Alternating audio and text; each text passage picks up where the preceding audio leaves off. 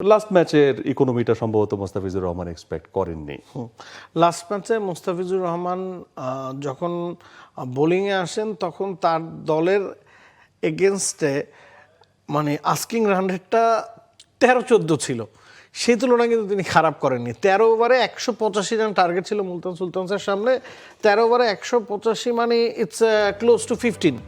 তো সেই তুলনায় তার পারফরমেন্স প্রথম 2 ওভারে 18 রান 2 উইকেট নামের পাশে, ইকোনমিটা 10-এর কম ছিল এবং শেষ ওভারে তিনি 19 রান দিয়েছেন। তখন ন্যাশনাল টার্নার সেট হয়ে গিয়েছিলেন এবং তখন আসলে লাহোর ম্যাচ জিতে গেছে, কারণ শেষ 2-3 ওভারে কিন্তু 60-এর ওপর রান লাগতো, প্রায় 70 রান লাগতো। তখন ম্যাচে আসলে কিছু বাকি ছিল না, পরাজয়ের ব্যবধান কমার চেষ্টা করছিল মুলতান সুলতানস, কারণ রান রেটটা শেষ দিকে গিয়ে এই ধরনের টুর্নামেন্টগুলোতে খুব ভাইটাল একটা রোল প্লে করে থাকে।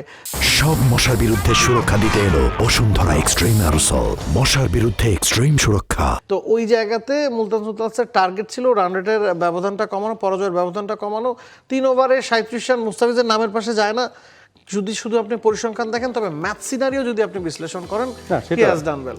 সেটা ঠিক আছে, তবে শেষ যে 19টা রান সেটা হয়তো বা মোস্তাফিজুর রহমান নিজে এক্সপেক্ট করেনি। বাট ওভারঅল ইকোনমি মোস্তাফিজুর রহমানের, আমরা যদি ওভারঅল পুরো পিএসএল মোস্তাফিজুর রহমানের পারফরমেন্স দেখি তাহলে সেখানে 6.90, which is really good compare to other pacer. এবং অন্যান্য যেই পেসাররা এই দলটাতে খেলছেন, পাকিস্তানের ন্যাশনাল টিমের শাহিন শাহ আফ্রিদি, হারিস রৌফ বা ইয়াংস্টার উবাচা, তাদের তুলনায়, সবার তুলনায় তার ইকোনমি কিন্তু যথেষ্ট ভালো এবং তার চেয়ে বেশি উইকেট শুধুমাত্র শাহিন শাহ আফ্রিদি পেয়েছেন 6টা উইকেট। এরপরে লাহোরের হয়ে সর্বোচ্চ 4 উইকেট। তার ইকোনমির দিক থেকে তিনি সবচেয়ে এগিয়ে আছেন।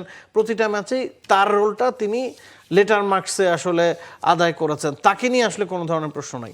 আমরা একটা ব্রেকে যাবো, তবে তার আগে পিএসএল এ শরীফুল এবং রিশাদ এই দুজনের, যেহেতু আসলে আমরা বোলার মোস্তাফিজুর রহমানকে নিয়ে কথা বলছিলাম, বোলিং ডিপার্টমেন্টে শরীফুলও আছেন, রিশাদও আছেন। শরীফুল কিছুটা ব্যাড লাক তো বটে, নামের পাশে একটা মাত্র ম্যাচ আসলে খেলতে পেরেছেন। আপনি এক ম্যাচ দিয়ে যাচাই করতে পারবেন না, it's because Peshawar Zalmi match খেলেছে কম এবং বৃষ্টির কারণে তাদের ম্যাচ পরিত্যক্ত হয়েছে।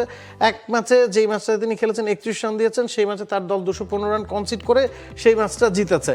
তো he has done well too. তবে রিশাদের ক্ষেত্রে আপনি আবার সেই একই কথা বলতে পারবেন না। শরীফুলের তুলনায় রিশাদের পারফরমেন্সটা একটু ওপর নিচ হচ্ছে। তার ইকোনমিটা 9.12, গড় 73, তার নামের সাথে মানানসই না। তবে আপনি যদি এই দলের পিন্ডিজের অন্য বোলারদের ইকোনমি দেখেন, সবার ইকোনমি 10-এর ওপরে, তার ইকোনমিটাই সবচেয়ে কম, কারণ তিনি যে 2টা ম্যাচে খেলেছেন সে 2টা ম্যাচে অনেক বেশি রান হয়েছে, যেগুলো আবার চেজ ডাউনও হয়েছে। তো ওই ম্যাচ সিনারিও না বুঝলে আপনি শুধুমাত্র পরিসংখ্যান দেখে আসলে যাচাই বাছাইটা করতে পারবেন না। Yes, exactly. এবং সেই জায়গা থেকে রিশাদ, তার ব্যাপারে আমরা সবসময় পজিটিভ ভাইব পাচ্ছি। পুরো ওয়ার্ল্ড ক্রিকেটেই এই মুহূর্তে যে নামটাকে আসলে সব দলই পেতে চাইছে, সেটা কিন্তু বাংলাদেশের রিশাদ। সো বাংলাদেশের নতুন স্টার প্লেয়ার আমরা যদি কনসিডার করি তাহলে সেখানে রিশাদের নামটা অবশ্যই থাকবে। For more updates, subscribe to our YouTube channel and click on the bell icon. Follow us on Facebook and Instagram. Download T-Sports app to enjoy exciting games and highlights. Visit tsports.com.